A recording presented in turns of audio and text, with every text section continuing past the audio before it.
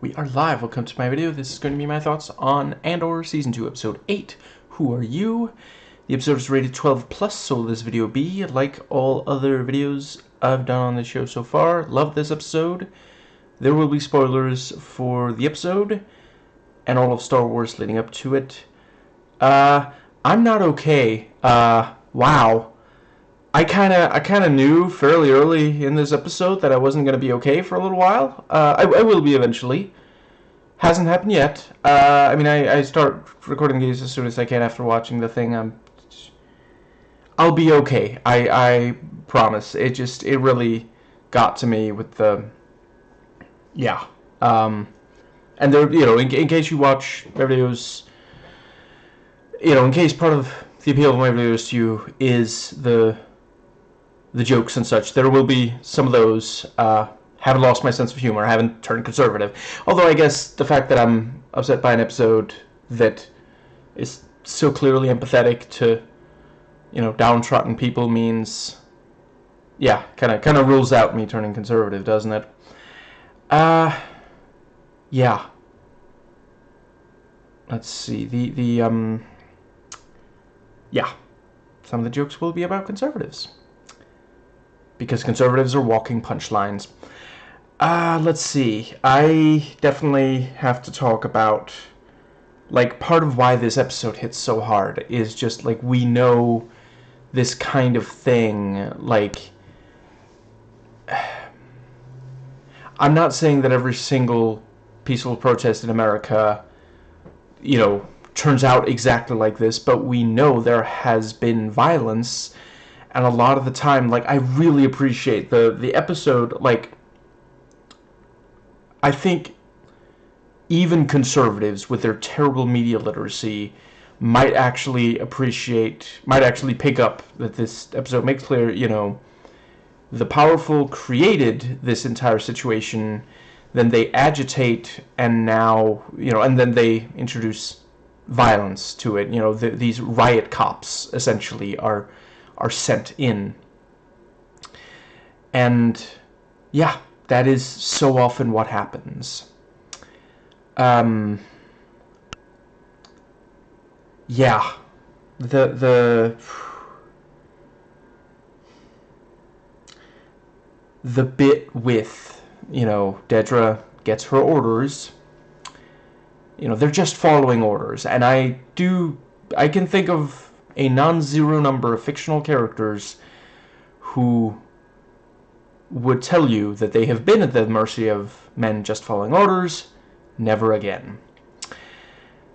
Yeah, the sniper to make it, yeah, at that point, because why would the riot cops care exactly who fired? No, they started it. They drew first blood. And just, yeah. In a time where so much of this, media made by large corporations is extremely unwilling to let an audience sit with something uncomfortable, I really appreciate how much time we spend watching just the situation escalate. They build tension so well from very early in the episode. It's impossible to ignore it. Yeah, it's going to be a slaughter, and yeah, the way that it just gradually escalates and ends up, and with another massacre, which was exactly the thing that the Gorman Front wanted to stop, and exactly the thing, Cassian could not have been clearer. This will not make things better. It might make things worse. Just, yeah. And yeah, the orders given, fired Will, which I guess means the sniper is a terrible shot because Will survives the entire episode, so yeah. Yeah, the thing with the guy working at the hotel, the thing, rebellions are built on hope, so that's where, yeah, it's the Leo pointing at the TV meme, that, yeah, Cass says it in Rogue One, and then Jyn says it. It's a perfectly cromulent phrase. And yeah, what was the other thing? The smile on Commander Scarface, standing there with his red hat. I mean, black hat. Sorry. Wow. Like when he's witnessing all these innocent people be killed. Just yeah. I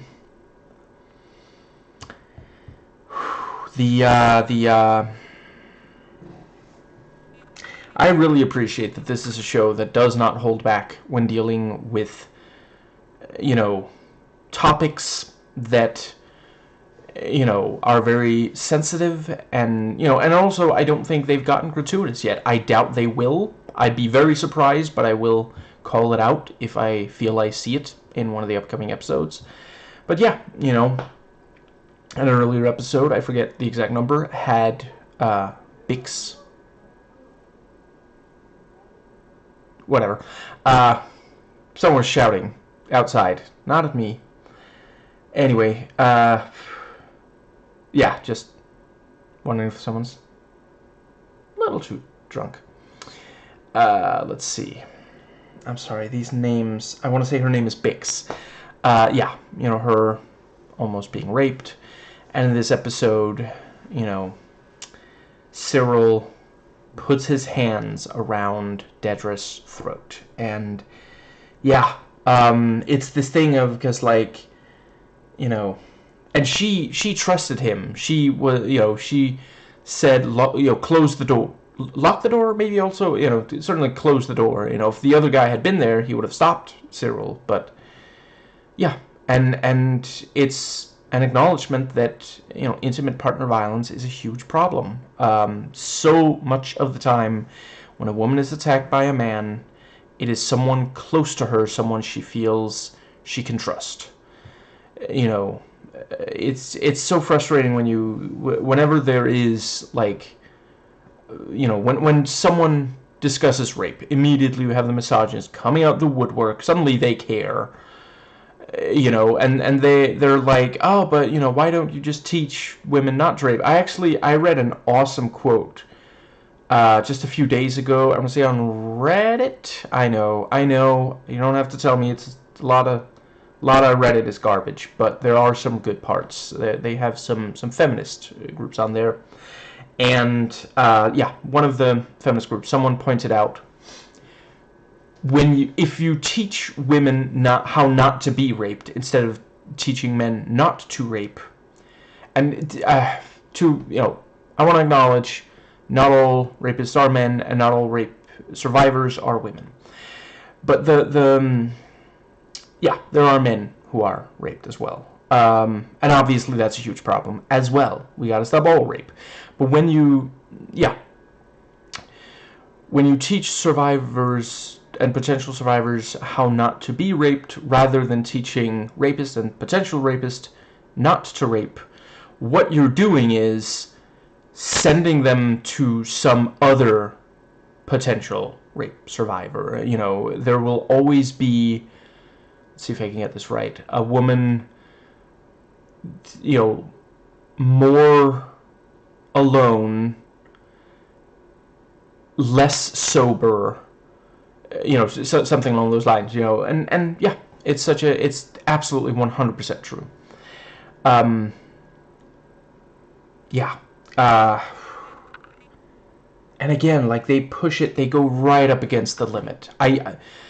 I'm not the right person to say if they cross it. I have not been the,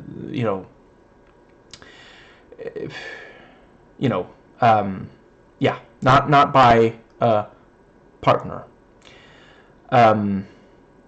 But yeah, there are so many scenes where they definitely cross the line, where they get into, like, voyeuristic, really creepy and off-putting territory. And yeah, here, like, it's enough to get the point across and to make the audience uncomfortable and let us sit with it without feeling like it goes into, like, yeah, voyeuristic kind of, because again, yeah, we're not supposed, like, it's not everyone has personally met someone exactly like Cyril Karn, but there are so many like him out there.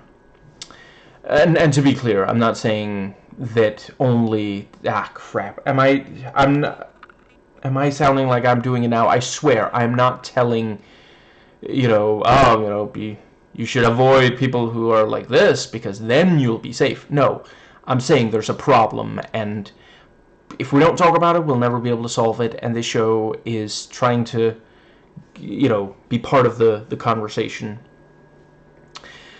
Let's see. Yeah. And afterwards, where Dedra is standing there, it's been purposeful from the very start, but here they really underline, yes, the high, tight collar on Dedra, and I think also other ISB officers. Yeah, it's saying, the Empire has a stranglehold on them as well. They think that they're safe, but that's just not the case. And, we see her pull it out a little bit, and her hand is shaking, and she pulls the jacket straight, like she knows that if she abandons the Empire at this point, she's a goner. If she's to have any chance of making through this, in her mind, it has to be with the Empire. Like, we know that the Empire isn't going to last, more than a few years after this episode is set, but yeah. Okay, so yeah, the guy working at the hotel, the explosive device, and that's part of why he yelled for those people to get away from there. In part he was also trying to keep them safe, I think. But yeah, yeah, the whole thing with the sniper, I love this thing of, like, yeah, he could make it into two pieces.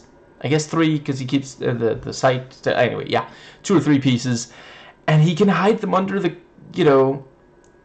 under the coat. Just so nicely done, because it's an expensive looking coat.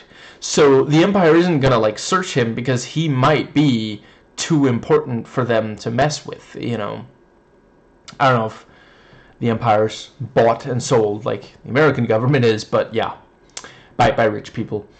And no, not like, Jewish people. No, rich people of various, ethnicities and faiths. A number of them white, and some of them claim to be Christian, though obviously they're not exactly conforming to Jesus' teachings, if only. I would have a substantially smaller problem with conservative Christians in America if they actually followed Jesus' teachings. Now, but yeah, he's got the rifle right under there, and he's got the scope, waiting for Dedra. And there's a point where she's like, oh, this is the time, and she walks out, she's standing there, and then she walks back in, and it's just, oh my god, the tension is just so, yeah. This show does tension so freaking well. Like, Tony Gilroy is amazing at this. Like, I really hope he keeps doing. Can he do a Marvel thing next? Because I do think he would do an incredible job at, like, something like a Captain America 2. We used to call it Winter Soldier the movie, Winter Soldier, and no wait, Captain America the Winter Soldier, but now that's also the name of. Anyway, yeah. Let's see. Yeah, he keeps having to it's a very, it's such great suspense, because Cass, he has to wait for the exact right time where he has a shot. He has to find the right position to shoot from. Ideally, wait for, like, a loud noise that can mask the gunshot. And this episode did not have to go as hard as it did in so many areas. Like, there were a couple of things that we were maybe expecting. Like, yeah, it's, every it's not the exact same number of episodes always, but every several episodes there will be like a big action, set piece. That was perhaps somewhat expected, but this episode, we already had a bunch of characters speaking in a language that did not exist before this show. Now they have to sing in it. Like, I'm sorry, I can't even sing convincingly in like languages that already exist if it's not a language that I can also speak like fluently, because you have to know how to just, and they nail it like all the way. And takes off the jacket and starts singing. They wrote a national anthem, and it sounds just like one of the like I can't recite the lyrics, but yeah, like reading them during the episode itself, it sounded just like various national anthems, and just and we also have the line, we'll be silent when we're dead, or so it's something along those lines. Just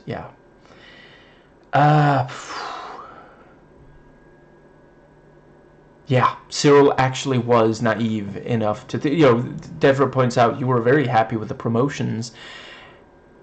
I think he thought he earned them. He thought that, oh yeah, finally they're seeing my genius, because as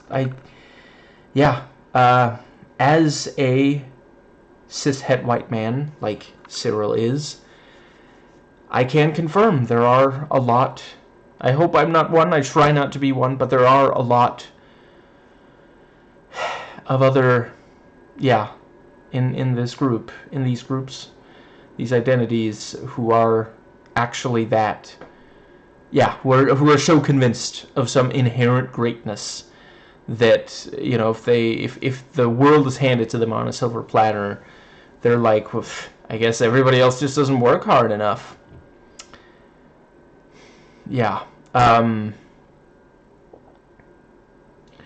And he we've been figuring eventually they might spot each other, and he spots Cass and tackles him. Really great fight as well. Like, I love seeing both of them fight dirty, like breaking things over each other's bodies to win. And just the intensity, the visceral nature of it. Like, he managed to get his hands on the sniper rifle, pointed right at Cass. And, I was slightly worried he was going to, like, monologue or something. Nah, I'm just kidding. The show wouldn't do that to us. That would be ridiculous. That would not fit at all. But as he's standing there, does end up waiting too long.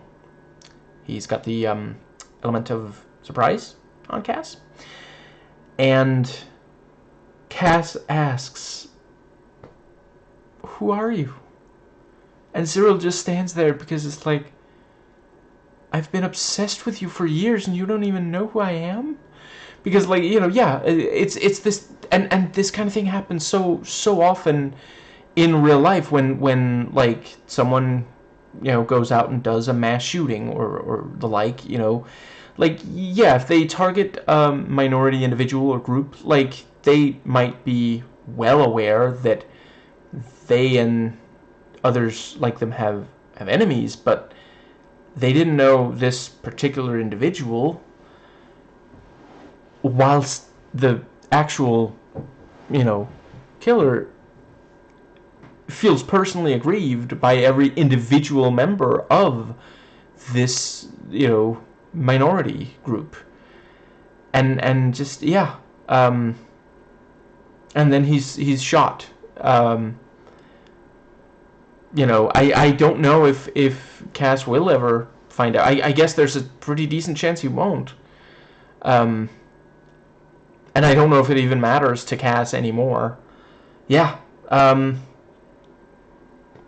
This is where the path leads. If you there's that term, live by the live by the sword, die by the sword. You know, yeah. Cyril kept pursuing violence. If he hadn't attacked Cass, there's some chance he would have gotten away. You know, if it weren't for his meddling urge for revenge. You know, and it's just, it's... I wish more people would realize, you know, that the evidence is right in front of us. Okay, so people say that revenge is best served cold, and they also say that revenge is sweet. So revenge is ice cream. Just go have an ice cream.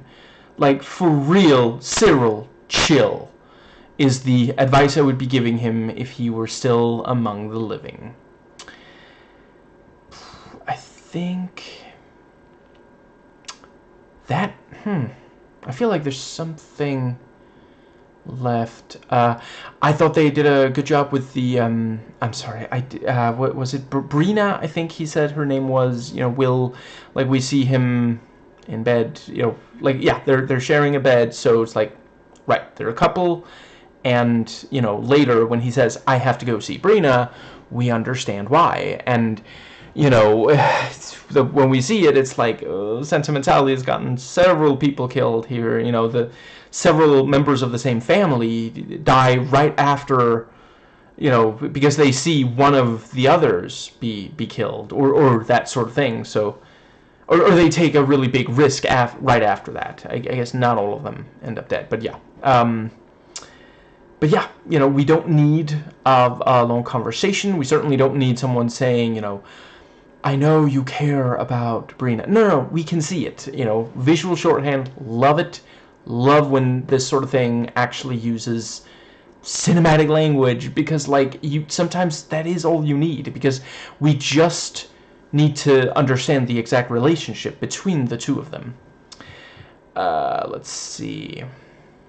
Yeah, and you know, yeah, by the end of this episode, yeah, the Empire will have an easy time. Like, they're at the end, we even see, you know, the press is still talking about, outside agitators. I don't know. I mean, they say January 6th. I mean, the Gorman Massacre, which is probably not what they're calling, but whatever, was, you know, no, I think there's someone from the outside, you know, which, in a way, there sort of is, but it's the Empire, you know, and just, yeah. That was also just such a devastating, seeing the media control the narrative, just, like, every single journalist there was clearly there for the Empire, and they just talk about, why can't these Gormans just do what they're told, you know, like good little subjects, you know, just, yeah. And yeah, there's that line about, you know, no, we're not talking about that anymore. All we're talking about is, why can't the Gormans just behave? Let's see. Yeah. You know, when Cass points out, no, listen, we gotta, you know, yeah. Right, yeah, K2SO. Yeah, when we saw him, you know, when we saw him in the trailer, we were like, is that K2SO, or is it just same model? Was that K2SO showing just a little bit of individuality, staring at Cyril? That was also so creepy. Like, I'm sorry, I think the only thing worse, the only thing more unsettling than a droid that 100% does what it's told by the Empire is one that doesn't, because it's just staring right at him like, holy crap. I said be subtle about checking him out. And yeah, you know, K2 didn't even get to say I'll be back before being run over, cut in half, and, you know, one more favor, and, you know, putting it, because yeah, he's like, you know, let's reprogram this thing. It worked in T2. Let's see. I feel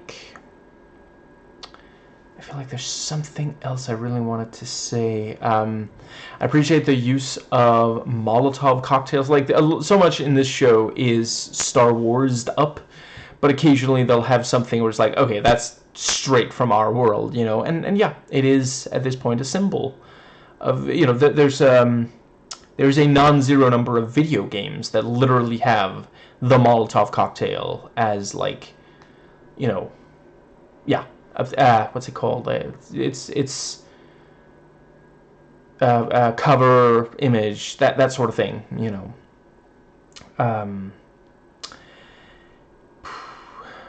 I think that might more or less be it. Yeah. The look on Cyril's face when talking to Rylance, and it's like, you know, he actually does believe what he's been told. You know, he's that naive. And yeah, Rylance is like, don't even dare. No, yeah. And wait, was it Rylance who shot? I think it was Rylance who did end up shooting Cyril, which, yeah, appreciate the catharsis for, yeah, that Cyril didn't get. I think that might be more or less it. Yeah, really appreciate how the chaos was captured and how it didn't feel fun so often, and most of the time I agree with the decision. Star Wars action tends to be fun, you know, tends to be like, yes, that's so cool. And here we're like, stop. So many are already dead. So, yeah, that was the right choice. That was, holy crap. Yeah. Okay, I think I have at this point covered everything that I really desperately wanted to make sure I got said. Let's see, I'm just really quickly gonna go over the, right, the fact that, yeah, you know, it's like, Cyril, you gotta report to IOC, you know, Imperial Obstetrician Central, but then they actually, he might, you know, he's slowed down. They're like, you can't come through. And he's like, that guy knows me, you know.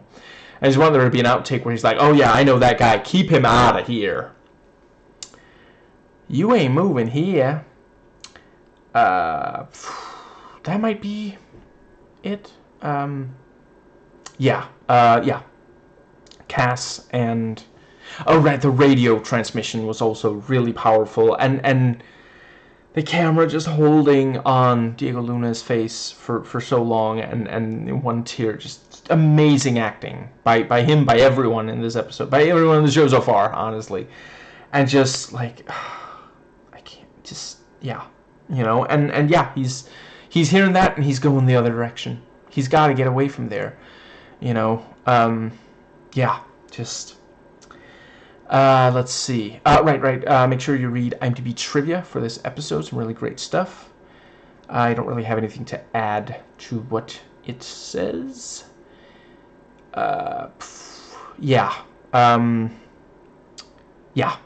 Really great when Cass is talking to Will, and, you know, yeah, he says we have to go, and, you know, Will says, you go, I stay.